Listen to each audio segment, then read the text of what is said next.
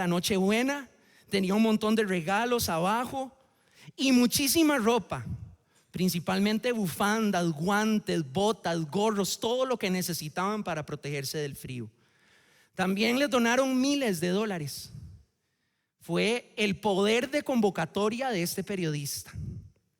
Pero lo más sorprendente para Strobel fue que cuando llegó, estas 3 mujeres estaban alistando paquetes para regalar de lo que les dieron. Jesús no querría que retengamos toda esta abundancia, sabiendo que nuestros vecinos tienen necesidad. Dijo Perfecta: ¿qué piensas de quienes generosamente les han dado todo esto, Perfecta? Les preguntó Strobel. Esto es maravilloso, es muy bueno, respondió ella. Nosotros no hicimos nada para merecerlo, es un regalo de Dios. Pero, añadió, ese no es su mejor regalo, ese lo celebramos mañana, es Jesús.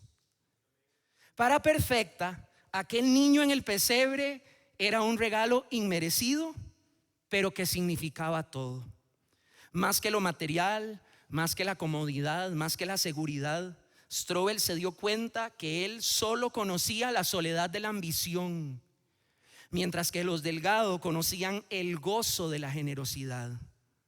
Él miraba para sí mismo, ellas miraban al cielo con esperanza. Él estaba atado al vacío de lo material, ellas experimentaban el asombro de lo espiritual. Y entonces Strobel quiso tener lo que ellas tenían. Quería tener a aquel que ellas tenían. El señor se llamaba Lee Strobel, y poco después él dejó su escepticismo, su ateísmo, su ataque contra el cristianismo y entregó a Jesucristo su vida. Vamos a orar. Señor, esta mañana te agradecemos por todo lo que tenemos. Nosotros tenemos este templo, tenemos salud, tenemos familia, tenemos un hogar, tenemos alacenas muchas veces llenas, tenemos plata en nuestras bolsas, muchos tenemos trabajo, familia, amigos, comodidades, este país. Pero gracias especialmente porque tenemos a Jesús. Es todo para nosotros. Queremos que sea todo para nosotros. Queremos que las demás cosas parezcan pérdida y basura en comparación con el conocimiento de ti, en comparación con abrazar ese regalo que eres tú, Jesús. Las demás cosas desvanecen. El deseo de mi corazón es que esta mañana podamos ver tu estrella y podamos reaccionar como estas personas en la Biblia leeremos que reaccionaron. Queremos imitar su ejemplo, queremos aprender de ellos, queremos salir de este lugar gozosos porque te tenemos a ti, Jesús. En el nombre de ese Cristo, amén y amén. Vamos hoy a estudiar en el libro de Mateo, capítulo 2, como les decía, el título de este mensaje, si alguno está tomando apuntes porque no hay presentación, pero se llama Una brillante promesa. Mateo capítulo 2. Se piensa que Mateo, que es el que escribió este evangelio, se piensa que él lo escribió porque no está su autoría expresamente en el libro. Sin embargo, se piensa que lo escribió aproximadamente 50 años después de que Jesús muere. Él era un judío y él trabajaba para los romanos como recolector de impuestos. Es realmente asombroso que Dios utilizara a una persona como él para escribir este evangelio. Sobre todo porque hay muchas personas escépticas que no creen que la Biblia sea la palabra de Dios. Y uno de los argumentos que nosotros podemos dar de por qué este libro sí es la palabra de Dios es que si alguien hubiera querido inventarse un evangelio y pensar en un autor para ese evangelio, jamás hubieran podido pensar en Mateo. Mateo era despreciable. Los judíos no lo querían. ¿Quién querría inventarse un evangelio y poner a Mateo como su autor? Automáticamente hubiera perdido toda credibilidad. Pero nosotros entendemos que esta profecía no fue traída por voluntad humana, fue traída porque el Santo Espíritu de Dios inspiró a hombres para que la pudieran escribir. Amén. Y uno de ellos fue Mateo. En Mateo 1:1, acompáñenme por favor a Mateo 1:1, vamos a estar en el 2, pero hay algunas cosas que ocupamos examinar antes. En Mateo 1:1, Mateo comienza, dice, libro de la genealogía de Jesucristo. Y enseguida dice, hijo de David, hijo de Abraham. Mateo tiene un deseo y un propósito con este libro. Él quiere demostrar que Jesús es el Mesías. Quiere demostrar que Él es el heredero al trono de David, que Él cumple la promesa que le fue dada a Abraham de que en Él serían benditas todas las familias de la tierra. Por tanto, Mateo no es un evangelio solamente para los judíos, también nos incluye a nosotros, tiene buenas nuevas para nosotros. Ahora recordemos que muchas de las profecías, cientos de profecías en el Antiguo Testamento tienen su cumplimiento en Jesús. Los autores del Nuevo Testamento como Mateo constantemente utilizan frases como fue dicho por el profeta, para que se cumpliera lo que fue dicho por el profeta cuando dijo, etcétera. Esto es maravilloso porque nos permite amar a Dios, iglesia, no solamente con nuestro corazón, nos permite amarlo con nuestra mente. Nosotros podemos estudiar este libro y darnos cuenta de que tiene sentido, de que Dios une las piezas perfectamente, y Mateo es un ejemplo de eso. La primera profecía que aparece en Mateo, a la que él hace referencia como autor, se sitúa en el versículo 23. Si nosotros leemos el versículo 23, voy a leer desde el 22, dice: todo esto aconteció para que se cumpliese lo dicho por el Señor cuando por medio del profeta dijo: he aquí, una virgen concebirá y dará a luz un hijo, y llamarás su nombre Emmanuel. Ahora vamos a ir un momento a la profecía original, así que acompáñenme a Isaías capítulo 7. Isaías capítulo 7. Vamos a leer el versículo 14 de Isaías capítulo 7.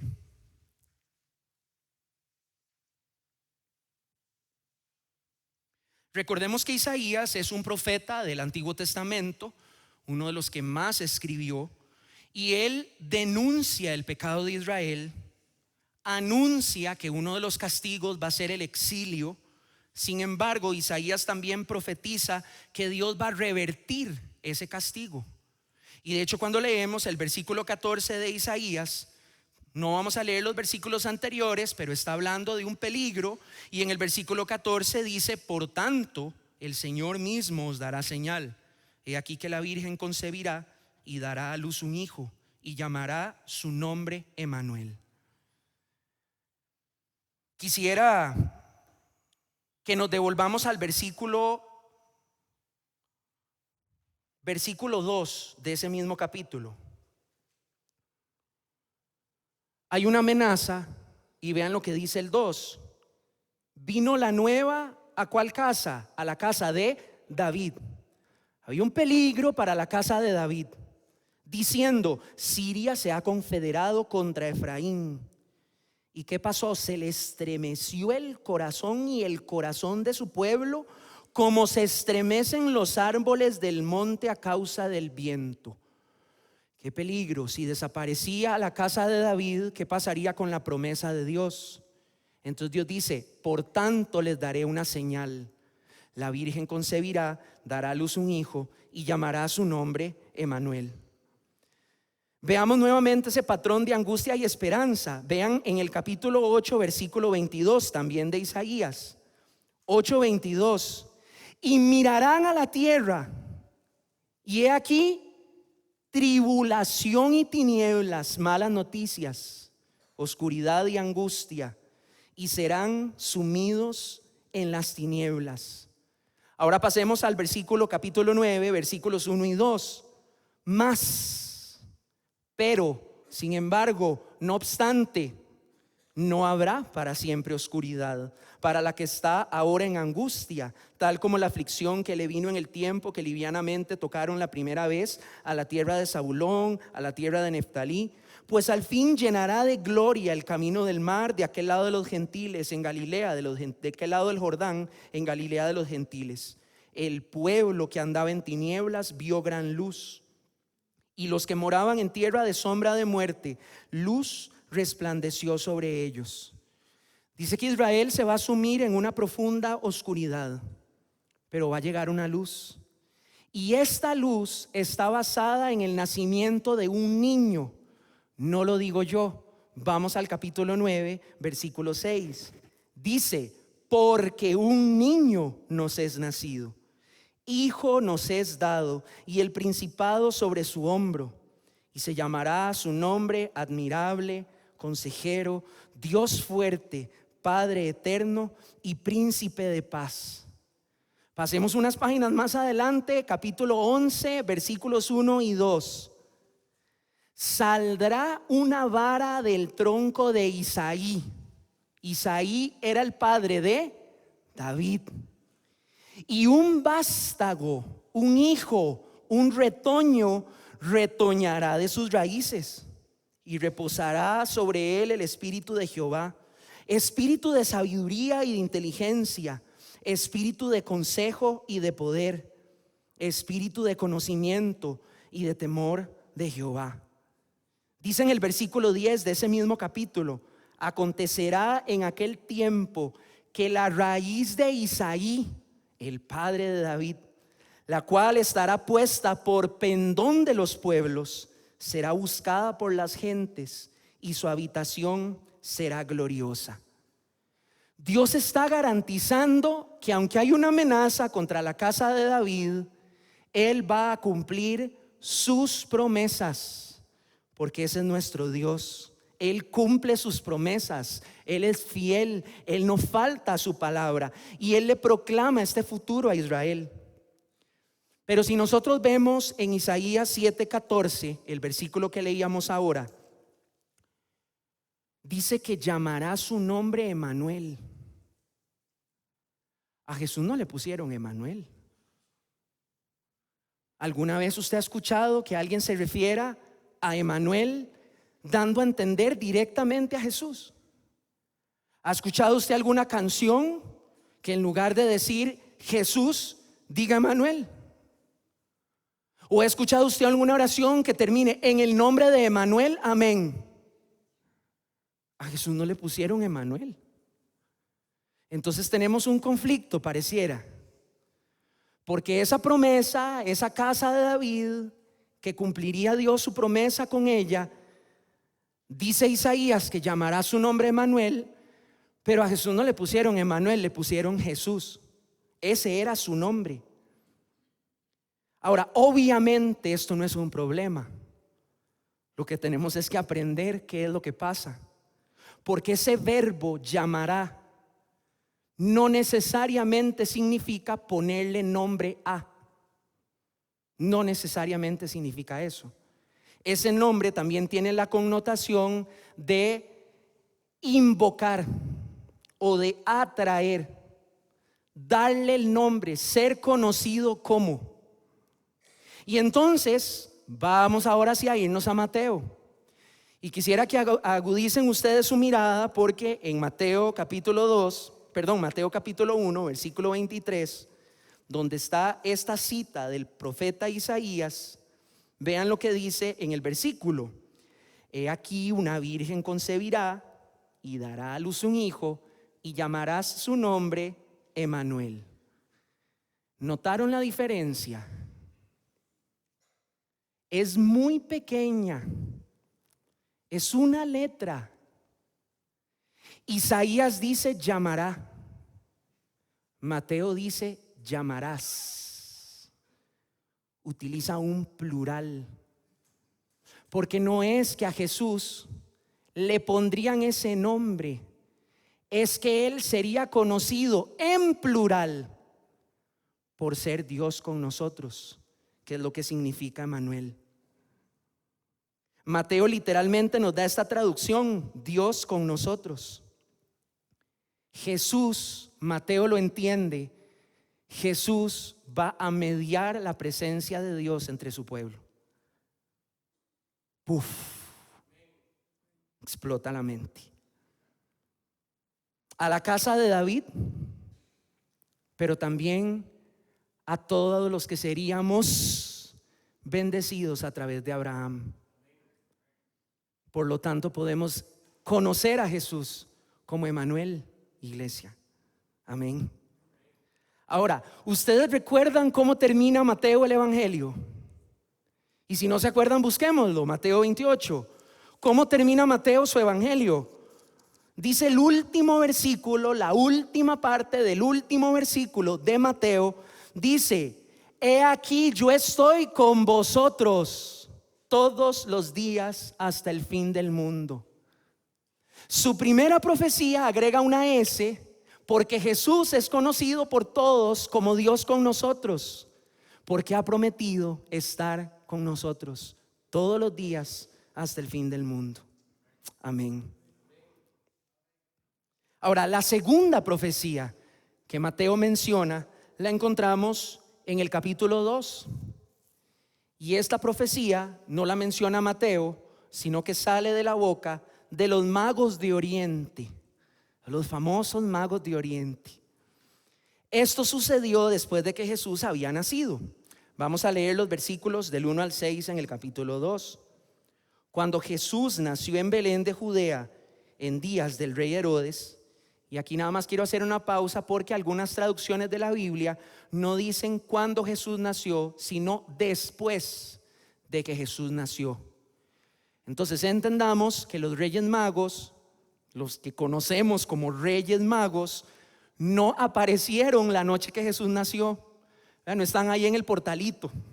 Esto pasó después. La traducción tal vez un poco más exacta es después de que Jesús nació. Sigo leyendo. Vinieron del oriente a Jerusalén unos magos, diciendo: ¿dónde está el rey de los judíos que ha nacido? Porque su estrella hemos visto en el oriente y venimos a adorarle. Oyendo esto, el rey Herodes se turbó, y toda Jerusalén con él.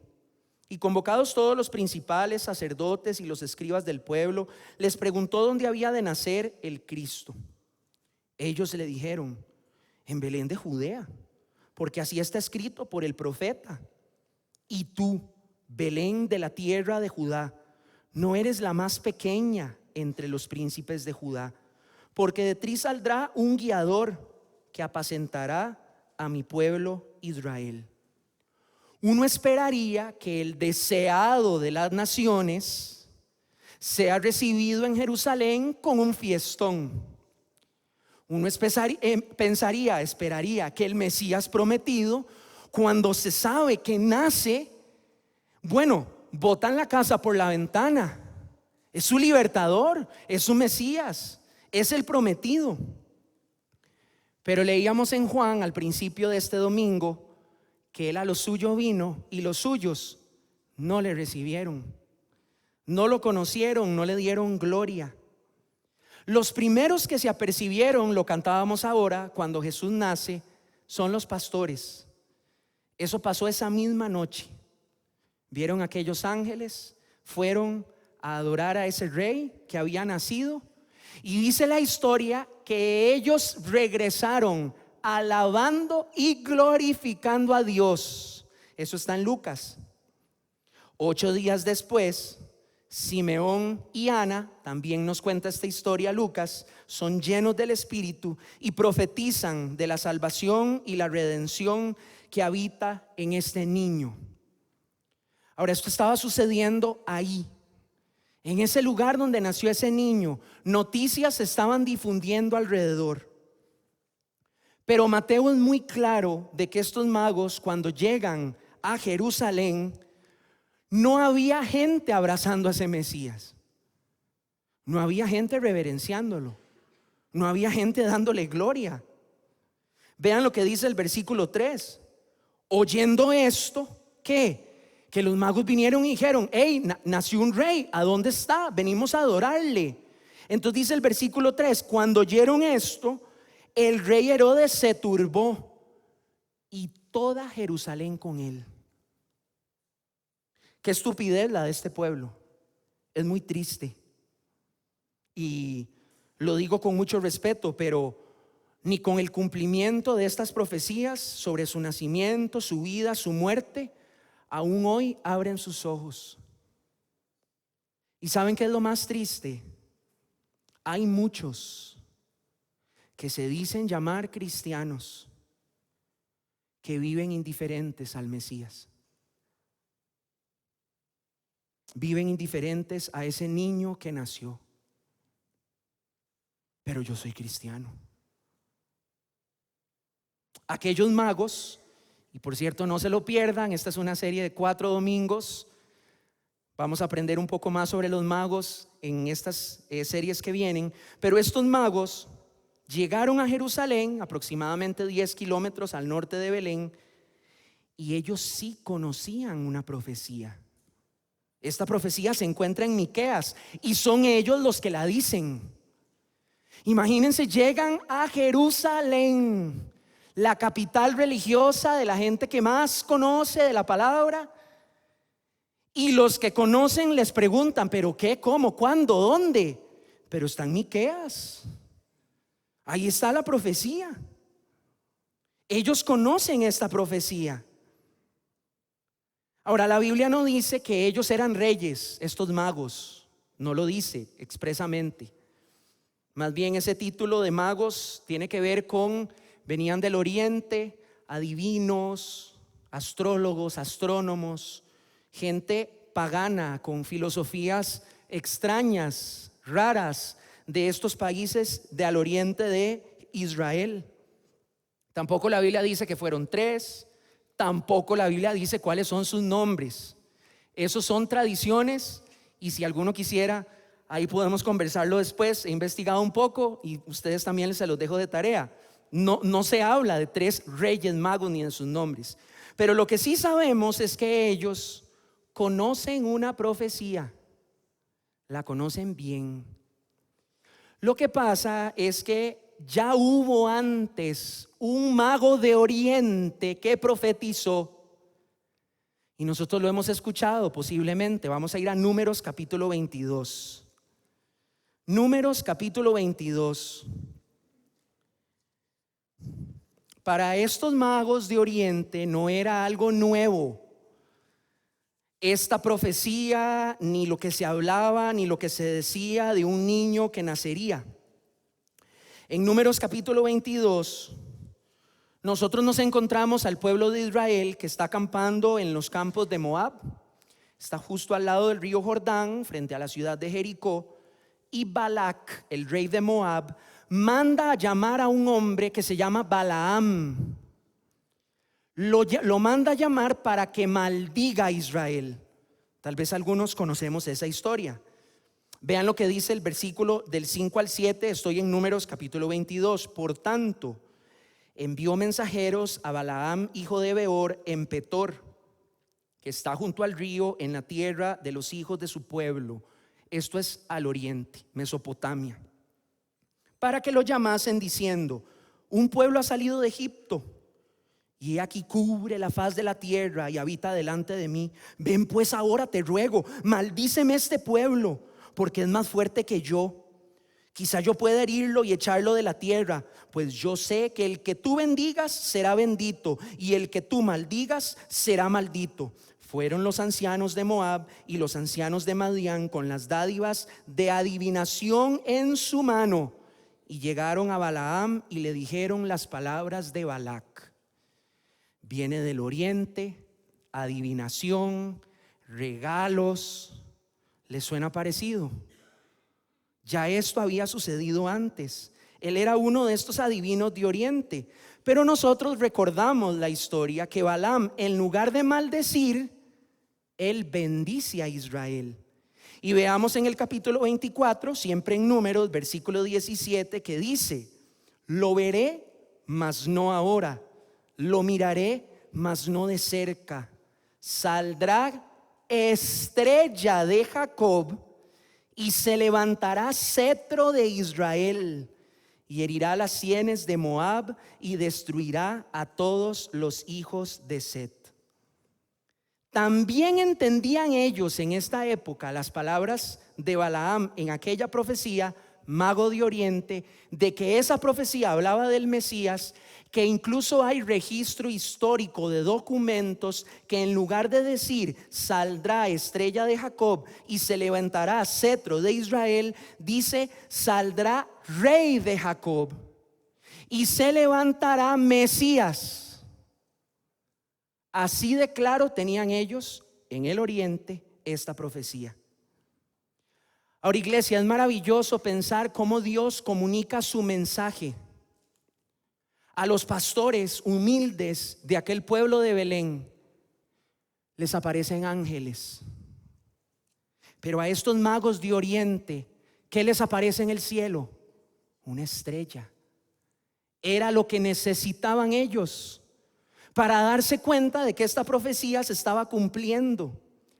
Ahora, no hay claridad respecto a qué exactamente era esa estrella. Algunos piensan que era la conjunción de planetas, dos planetas que se alinearon. Algunos piensan que era un cometa, algo astronómico. Otras personas dicen perfectamente pudo haber sido una columna de nube y una columna de fuego como Israel, que alumbró a estos magos hasta llegar al lugar donde ellos tenían que llegar. Pero lo importante es que estas personas, magos, en Mateo capítulo 2, cuando llegan a Jerusalén, ellos dicen, una estrella vimos. Lo que vimos fue una estrella. Está clarísimo, el rey nació. O sea, no nos queda ninguna duda, esto es sobrenatural. Una estrella nació.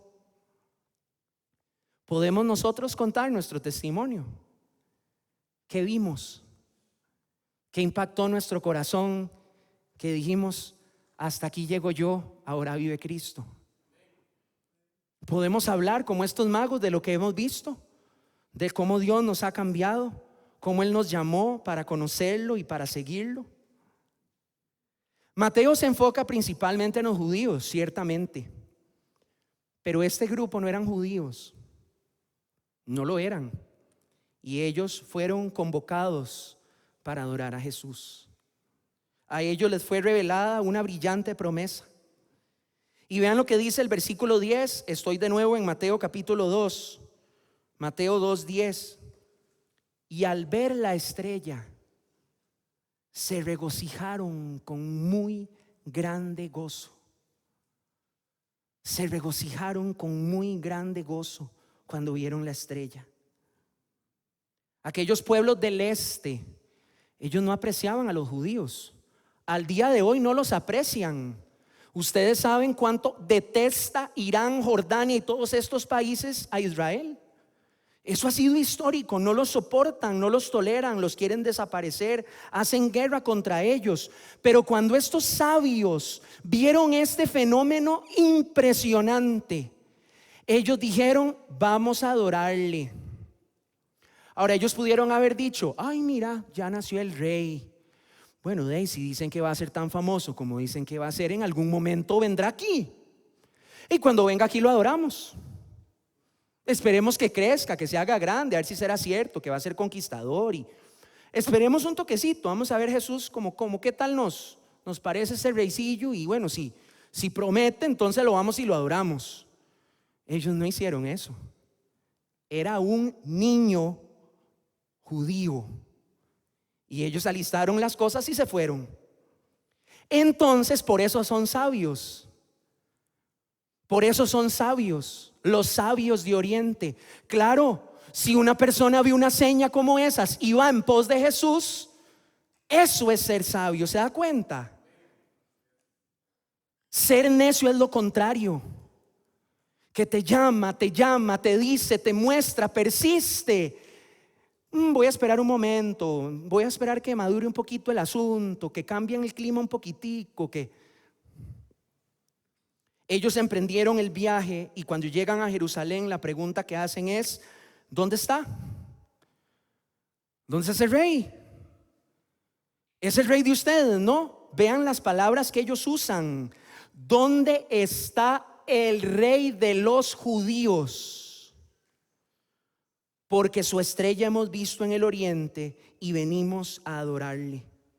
Ellos adoptaron a aquel rey porque su anuncio había causado ese espectáculo en el cielo, y entonces ellos sintieron un llamado a adorarle. Se demostró su sabiduría celestial. Con impaciencia deseaban a Cristo, deseaban adorarlo, deseaban encontrarlo, deseaban ofrecerle todos los presentes que traían. Pero espantoso, iglesia, ellos llegan a Jerusalén y se encuentran a un pueblo ciego, en oscuridad y tinieblas, sin esperanza, sin Dios. Era el rey de los judíos y así fue como lo crucificaron.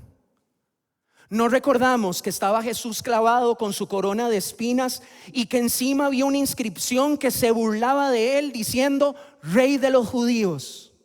Lo mataron a su rey. Y estos magos desesperados por encontrarse con el rey.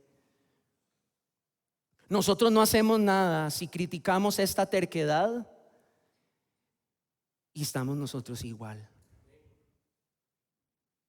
Hemos visto su estrella. Nosotros creemos que Jesús es aquella brillante promesa.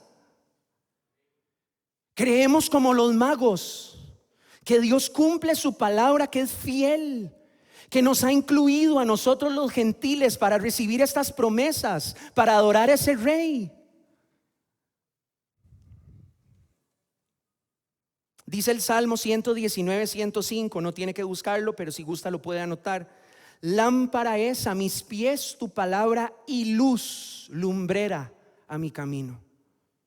Dice segunda de Pedro 1:19, tenemos la palabra profética más segura, a la cual hacéis bien en estar atentos como a una antorcha que alumbra en lugar oscuro, hasta que el día esclarezca y el lucero de la mañana salga en vuestros corazones. Dice Juan capítulo 8 versículo 12, otra vez Jesús hablando les dijo: yo soy la luz del mundo. El que me sigue no andará en tinieblas, sino que tendrá la luz de la vida. En Isaías capítulo 60 versículo 1 dice: levántate, resplandece, porque ha venido tu luz y la gloria de Jehová ha nacido sobre ti. Amén. Vamos a cerrar nuestros ojos y vamos a terminar.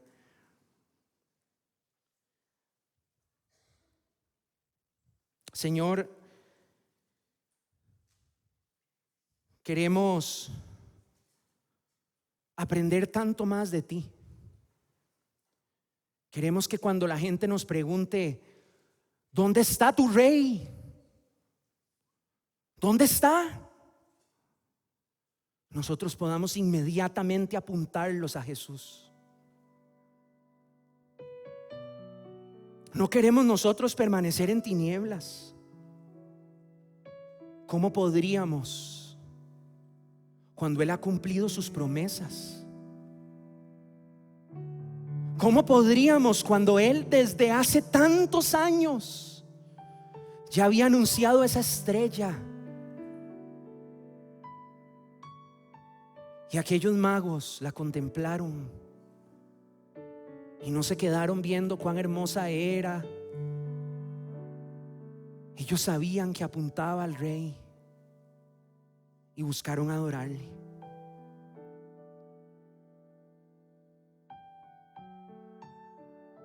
¿Eres tú alguna de estas personas que si le hacen esa pregunta no tiene cómo responder? Dice ser cristiano, pero de Cristo lo único que conoces es un muñequito que se pone en un portal, un hombre guindado en una cruz de madera al que golpearon, que un día se levantó de la muerte y amén por eso, pero hay más. ¿Conoces a tu rey? ¿Puedes dar testimonio de tu rey? Puedes hablar incansablemente de ese rey, como estos magos que vieron esa estrella y se gozaron y se alegraron mucho. Necesitamos una Navidad diferente, Rey. Necesitamos ver esa estrella. Necesitamos darnos cuenta que la hemos visto. Necesitamos darnos cuenta que la tenemos frente a nosotros en estas páginas que permanecen muchas veces cerradas en nuestras casas, ausente de nuestra mente. Y nos encontramos en tinieblas, perdidos. Nos satisface el mundo. Nos satisfacen las cosas que hay aquí. Y tú, lleno de gloria, oh Rey de Reyes, Jesús, ausente de nuestro pensamiento, de nuestro corazón.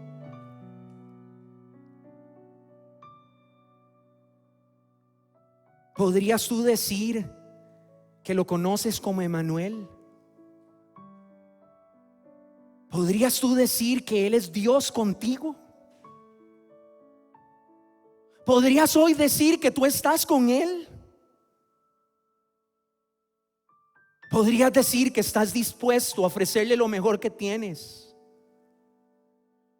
Que Él es tu máxima satisfacción. ¿Podrías hoy decir que su destello te ha deslumbrado? ¿Podrías hoy decir que no hay noticia más magnífica que esa?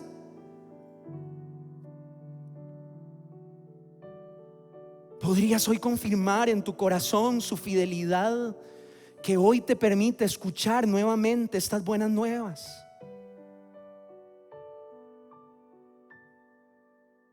Quisieras hoy arrepentirte.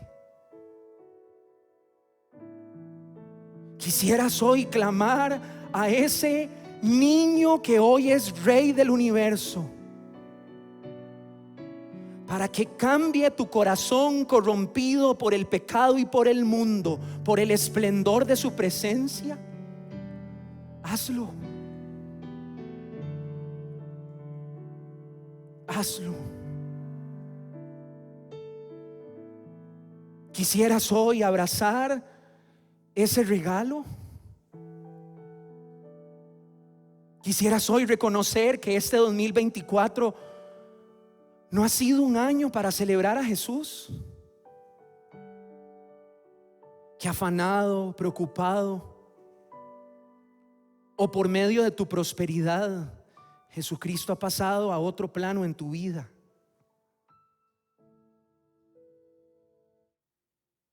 Hemos visto tu estrella. Tu promesa brilla. Brilla más que nunca, Dios, en el corazón de tu iglesia hoy. Nos hace sonreír. Nos calma. Nos infunde aliento y esperanza en este año que termina y en el que viene. Más allá de nuestras circunstancias. Si no tenemos nada, pero te tenemos a ti. Y si lo tenemos todo, Dios, pero no te tenemos a ti, ¿quiénes somos? ¿Dónde estamos?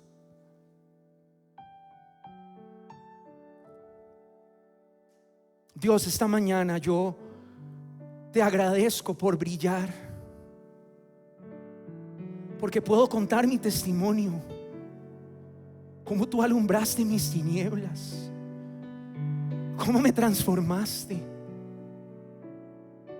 Y te ruego, oh Dios, te ruego que arda en mí un deseo mayor por contárselo a otros, por habitar en estas páginas sagradas de tu palabra, por deleitarme esta Navidad en quién eres tú, por aprender de estos reyes en esta serie que viene, lo que hemos recibido hoy.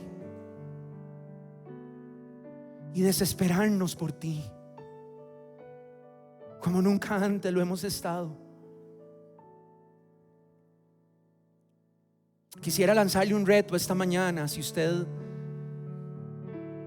desea conmigo ponerse de pie hoy, sea para reconocer a Jesús como su Señor. Jesús, he visto tu estrella, está claro, tu palabra prometió que vendrías, viniste, eres real, eres rey, te adoro, mereces toda la gloria y la exaltación, nunca antes te la había dado, hoy te la quiero dar y me pongo de pie. O tal vez usted dice: yo ya conozco a este rey,